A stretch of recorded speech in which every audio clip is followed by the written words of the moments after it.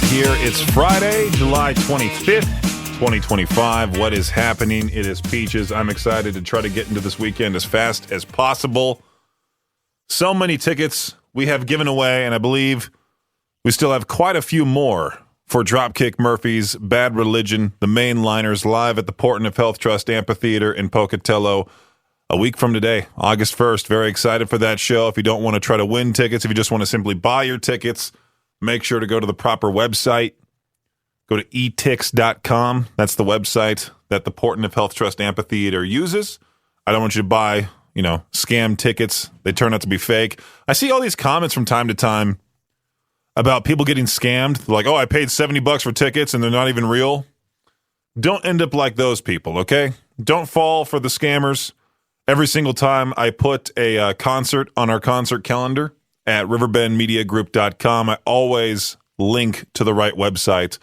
If you click on that show that you might want to go to, and you click on Explore Event, it'll take you to the proper website. There's like 100 shows on that concert calendar, always available to you right there. Once again, riverbendmediagroup.com/calendar.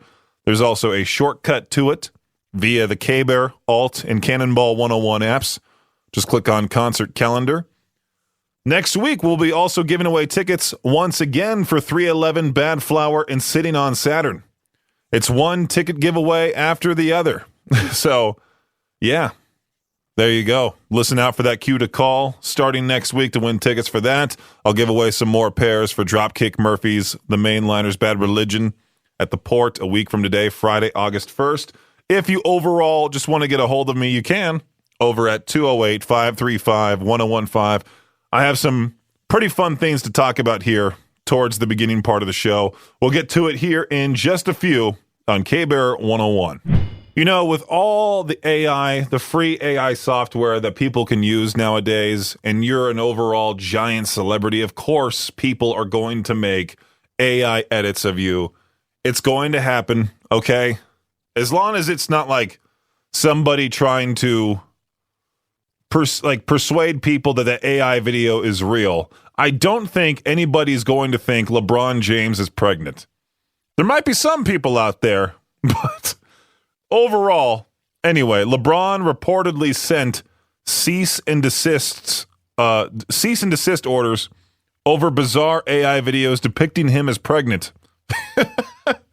The move comes after AI-generated videos of the NBA star in degrading and bizarre scenes racked up millions of views online. I've seen these before. Jason Stacks, the founder of the AI generation platform FlickUp that hosts Interlink, confirmed that he received a letter from James' attorney a couple of weeks ago.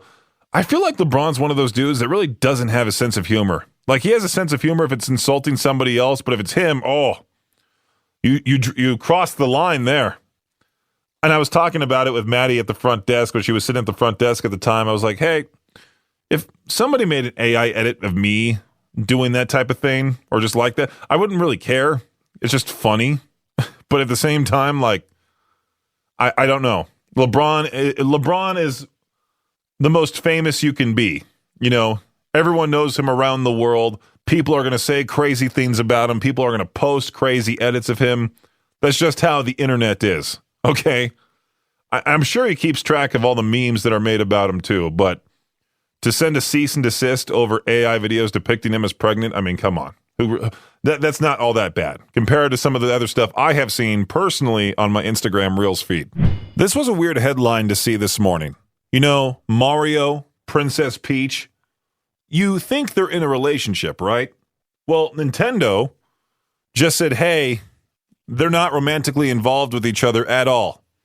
No, they're good friends that just help each other out whenever they can. I feel like that relationship's one-sided because clearly Peach is the one that needs rescuing all the time from Bowser, right? That's what happens. That's the whole point of the game.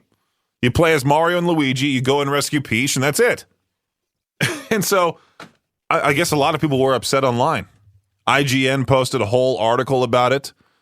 I don't know why it was posted today, out of all days, on the Nintendo Today app. The post that originally included this information is now gone due to the app's regularly updating, but has since been preserved in several spots, including by Twitter user Kerr Pink Furry, who originally surfaced it online. The post, which was a profile on Princess Peach, included the sentence, Princess Peach and Mario are good friends and help each other out whenever they can. Good friends, you say? What about all those times they definitely smooched? Good friends, liar. I'm calling cap. Is this the rest of the, is this like the part of the post too? Look, you might say they could be good friends and in a relationship. It's important to be friends with the person you love also. Sure, you're correct. Is this what they actually posted? Or is this what IGN just posted? Then it goes on to say, but what's describing a relationship? Who's describing a relationship like that? I don't go around referring to, okay, this might just be the Twitter user going on and on. But yeah, I remember Mario and Peach smooching. You know, she would also like kind of blow him a kiss every once in a while. I don't think friends between guys and girls, or two friends, one guy, one girl, doing that type of thing, unless they, decide to start dating. I don't know. I wouldn't go around blowing kisses to people like that. Neither. I wouldn't expect anybody to do it to me either, unless they were, somehow my lady or something like that. This is dumb. I'm sure whoever made that post for Nintendo, I don't know. Maybe they're under hot water.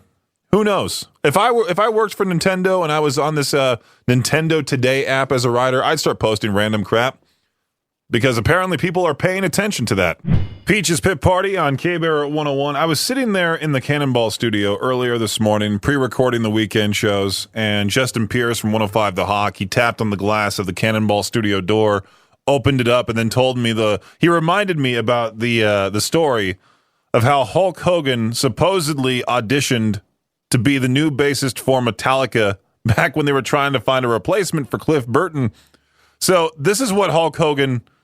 Oh, not even what Hulk Hogan said. This is what the UK tabloid The Sun said about 7 years ago.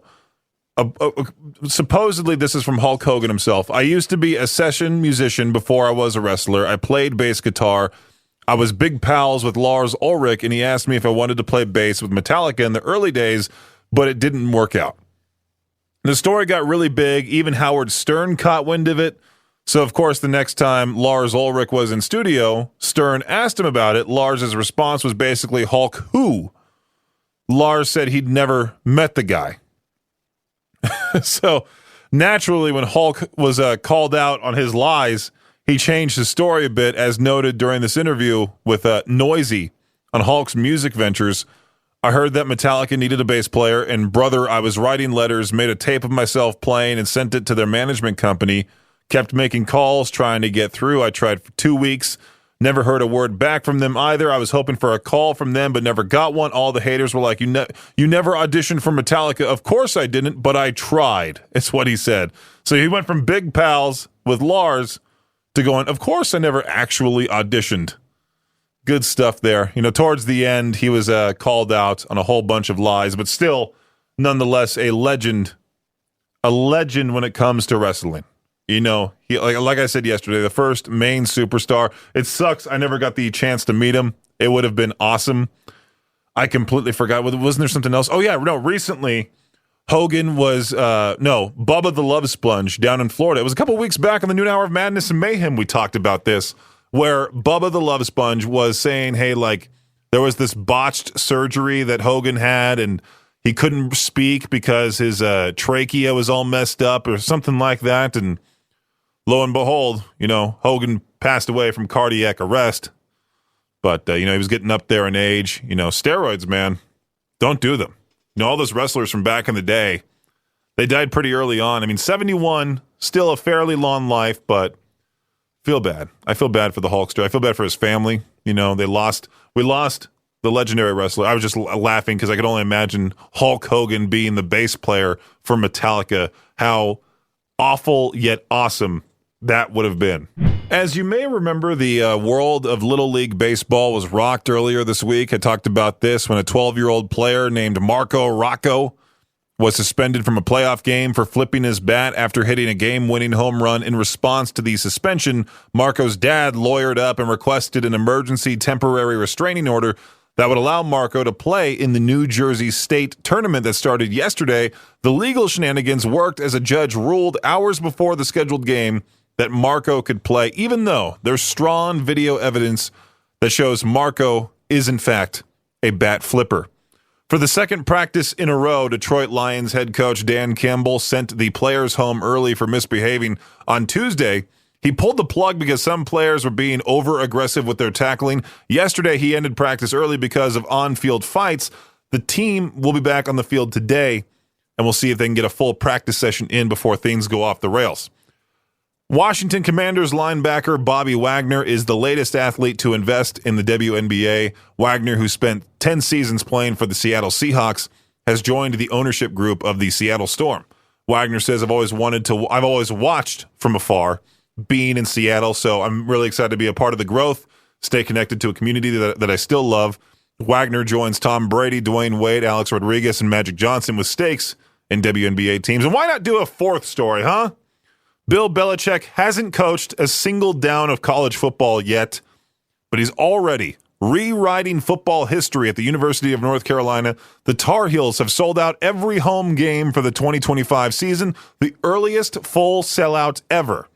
With all the buzz and now this sellout, Belichick's 5-year, $50 million contract seems to be paying off already. Good for you. That does it for your Shot Clock Sports Update right here on K-Bear 101.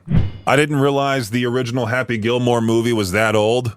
29 years in the making. It was magic. 29 years in the making. As Happy Gilmore 2 is now on Netflix. The original movie came out the year I was born, 1996, when Bill Clinton was president. Google started indexing the interwebs. The first flip phone went on sale. Also, Adam Sandler looked a little bit different than he does now, as many of us do. I can only imagine how I'm going to look in 30 years. Some of the biggest, there's a rundown here of some other sequels that had big gaps between release dates. Mad Max Fury Road, after Mad Max Beyond Thunderdome, that was 30 years. Coming to America 2, or should I say Coming to America, 33 years between those movies, 1988 and 2021. And then Top Gun Maverick, 1986 to 2022, 36 years. The grand prize probably goes to Bambi 2, which I didn't know existed, a direct-to-video feature that was released 64 years after the original Bambi hit theaters back in 1942 when Jade Davis was born. I can't imagine having a sequel wait that long. I feel like it's just dumb because all you're basically saying is, hey, we need money. Like, was it really necessary for a Happy Gilmore 2 to be released, especially with the cast that I was looking at? I don't know. I'll give it a try. I'll watch it. I'll let you know how it is on Monday. We are now currently at 4 days? No, Wednesday, Thursday, Friday. 3 days. Maybe 3 3/4 days without the Prince of Darkness. The only Ozzy Osbourne died. Well, he died Monday night, I think, and then Tuesday midday it became public. He was battling various health issues for several years. But on a particular episode of the reality show The Osbournes back in 2003, Ozzy professed his love for Chipotle burritos. He admitted to eating 2 of them a day, declared himself Burrito Man, which I do think we need to add that quote as well to either imaging for the station or just overall adding it to the inspirational messages that we've been doing here. But he did say in the episode, this is my favorite burrito joint, and he's at Chipotle, and he's pointing at the back, he's pointing at the kitchen. There's nothing anywhere about what he particularly ordered, what he put in his burrito at Chipotle, but Chipotle needs to make an Ozzy burrito on behalf of the legend. And there's a petition, I think, online. Is it change.org? Is that where it's at? Oh, keep reading to sign the petition. Where is it? Come on, change.org. I knew it'd be on there. Come on. Don't make me scroll to the bottom. Loudwire petition for Chipotle to make an Ozzy burrito. Currently sitting at 672 verified signatures. They need to get to 750. So I'll sign it. If you want to look it up, change.org. Loudwire petition for Chipotle to make an Ozzy burrito. We do have a Chipotle in Rexburg, so let's make it happen, huh? So I was already talking about how Hulk Hogan said he auditioned for Metallica, and at first he said he was good buddies with Lars Ulrich. Then when Lars went on the Howard Stern show and said, Hulk who? Didn't know who he was. Hulk changed his story and said, oh yeah, I auditioned for Metallica. I kept sending them. Well, he didn't say he auditioned. He said he sent in their stuff in this new revised story after, saying he was friends with Lars for years, but that wasn't true. He said he sent in his stuff to be the bass player to replace Cliff Burton, but they just never got back to him. Hulk Hogan has always been full of it, from what it looks like. He lies over some of the most bizarre things in the world. Somebody posted on Reddit not long ago, he showed up for WWE's Netflix debut in Los Angeles. The crowd wasn't exactly thrilled to see him. They're familiar with his whole problematic past. But apparently, he said, hey, I was supposed to be the face of this particular grill. You know, the George Foreman grill? He was supposed to have his own. Hulk Hogan said, oh, where's the clip? Come on. Where's the exact quote? He said, my agent called me, Hogan, I got two things, a grill and a blender. Two choices for you and George. That's what Hogan claimed. When I called him back, my agent says, I called you first and I figured you would take the grill, but you weren't home. So I called George and he took the grill.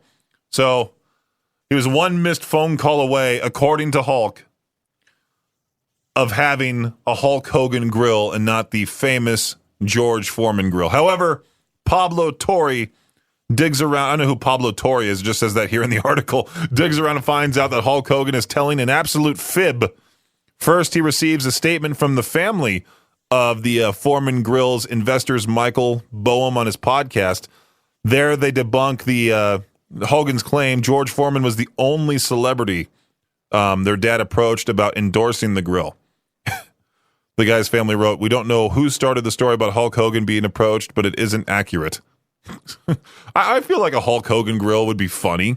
I know he has he for sure has a beer brand, and since he passed away yesterday, tons of people are trying to get the new the Hulk Hogan beer, and I think there was a whole TMZ article about it, how it's flying off the shelves. So if you have a can of that somewhere, you might want to sell it on eBay.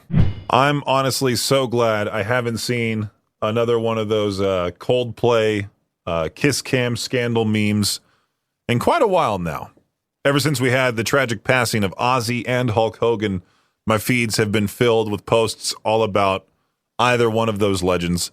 And so I was reading here that apparently the now ex-astronomer CEO Andy Byron, I don't know if he plans to sue. The headline says ex-astronomer CEO Andy Byron could sue Coldplay for kiss cam scandal.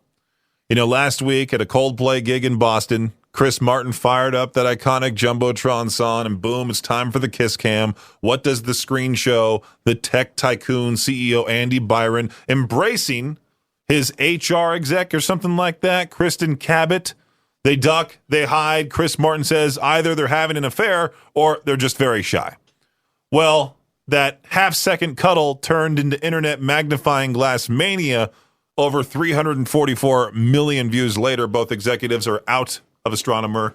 CEO resigns, HR head exits, company starts an internal investigation, all because of one awkward spotlight moment. Now, the former CEO, Byron, is threatening to sue Coldplay. I guess he's threatening to sue over emotional distress. Lawyers are rolling their eyes. They say suing over being filmed at a concert is a lawn shot. He'd need to prove Chris Martin knew they weren't having an affair to claim defamation. Spoiler, pretty much impossible.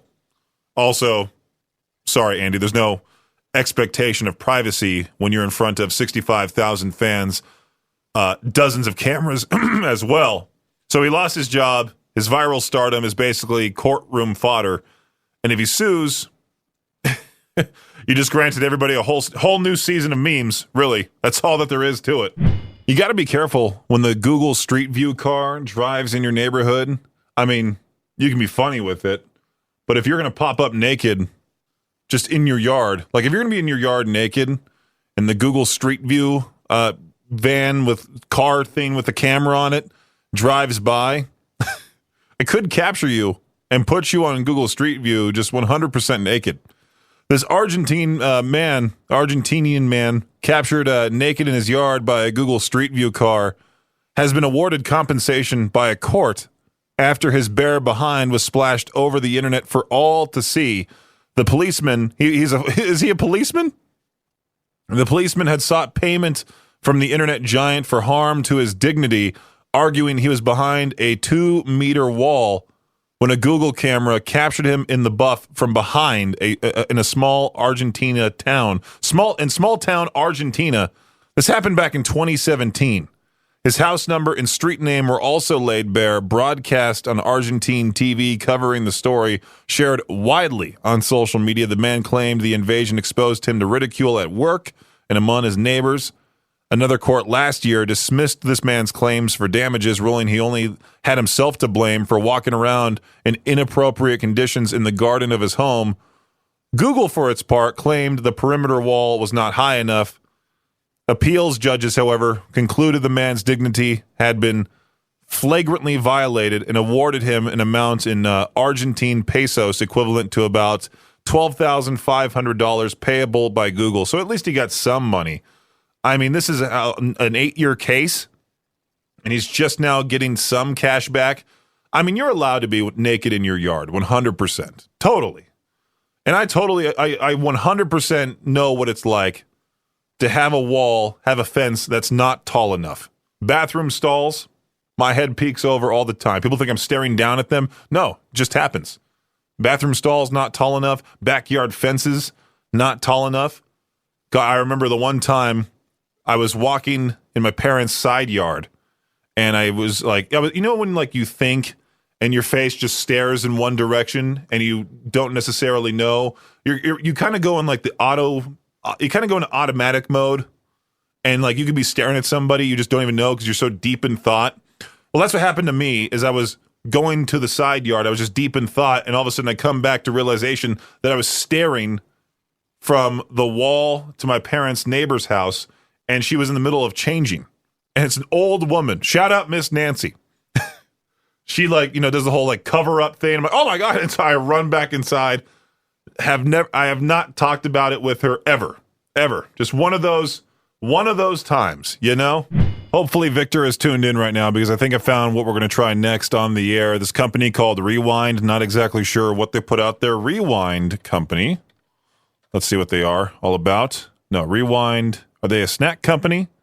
I'm seeing multiple different companies named Rewind, but they have released a 9-volt battery chip flavor. I'm not even kidding. The snack company says it's part of its mission to revive retro memories through unexpected flavors. Okay, let's go ahead and read what else they have in the works for future chip flavors. The flavor replicates the metallic tang and tongue zapping sensation of licking a battery using ingredients like citric acid, sodium bicarbonate, and mineral salts. It's designed to trigger nostalgia and spark curiosity. Okay, which employee at Rewind came up with this idea? Who legitimately said, you know what, this idea has been marinating in my head for a little while now, and I think at the pitch meeting, I got to say, hey, boss, listen, we got to have a chip that tastes like you just licked a battery. Sure. The battery-inspired chip is part of a broader lineup that includes cheese and onion, tangy sriracha, creamy paprika, and barbecue and honey. Okay, why is it that this one got approved for 9-volt battery? I don't know.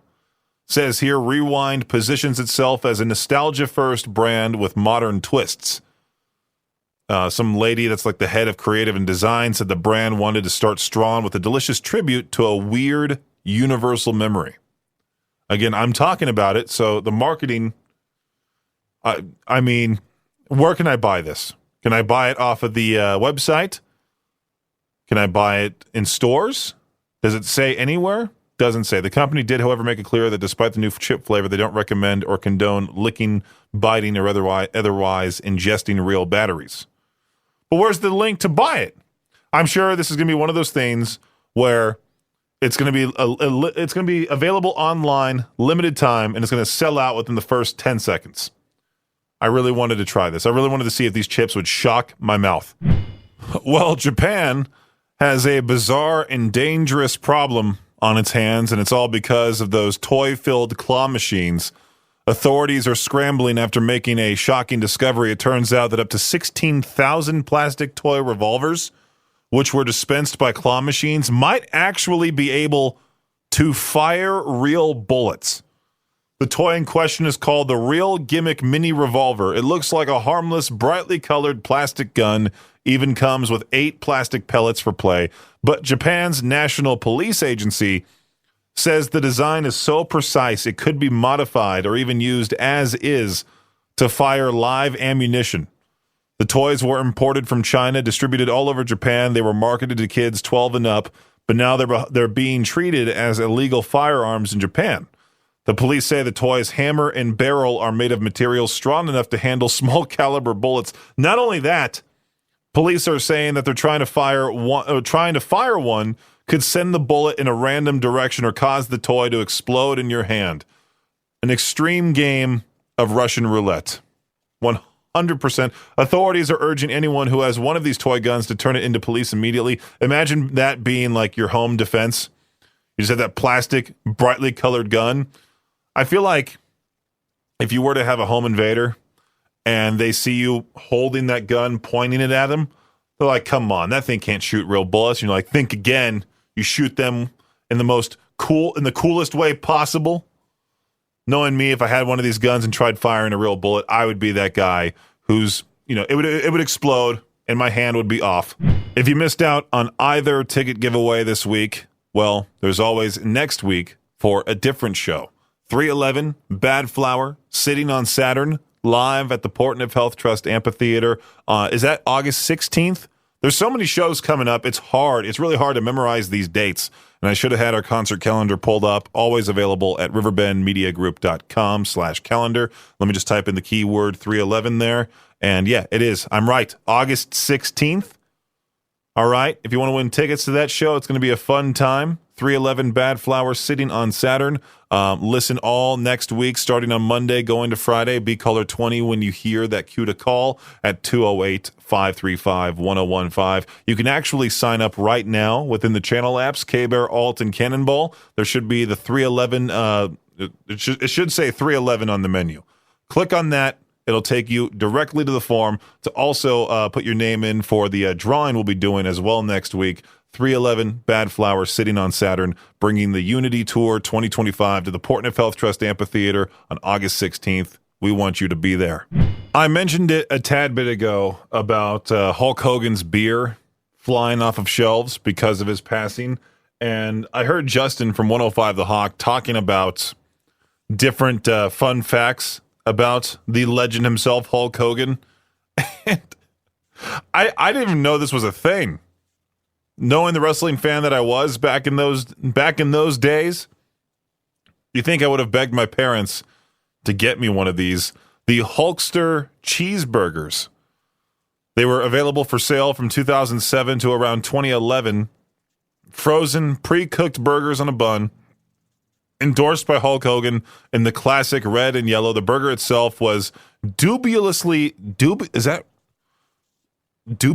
beef? And the cheese was listed in the ingredients as melt. Food engineering, brother, is what somebody posted on Reddit. Flame broiled cheeseburger on a bun. I guess he had those frozen cheeseburgers. There's been so many different things popping up as of late for both Ozzy and Hulk. They're both reality stars too. There was the Hogan family reality show. That reminds me. I remember back when I was very young, around 2007, maybe even before that, I would scroll my parents' TV guide, trying to find something fun to watch other than kids' shows in the morning. And I came across a show called Hogan's Heroes. And when I was a kid, I thought that was a show all about Hulk Hogan and his heroes. So I turned it on, and I got this black and white different show. I'm like, what is this crap? This isn't Hulk Hogan. Why'd they name the show after him? Also, back in the day, I thought the Hardy Boys books was legitimately about Jeff and Matt Hardy, not two completely different characters. They're great books, though. If you have a young kid, give them the Hardy Boys book series. I should go back and reread some of those. Thanks for listening to Peach's Pit Party, the podcast. If you enjoyed the show, please share, subscribe, and rate the podcast. Peach's Pit Party is hosted by me, Peaches, a.k.a. Brendan Peach, and is a production of Riverbend Media Group. For more information or to contact the show, visit riverbendmediagroup.com. Until next time, Peach out.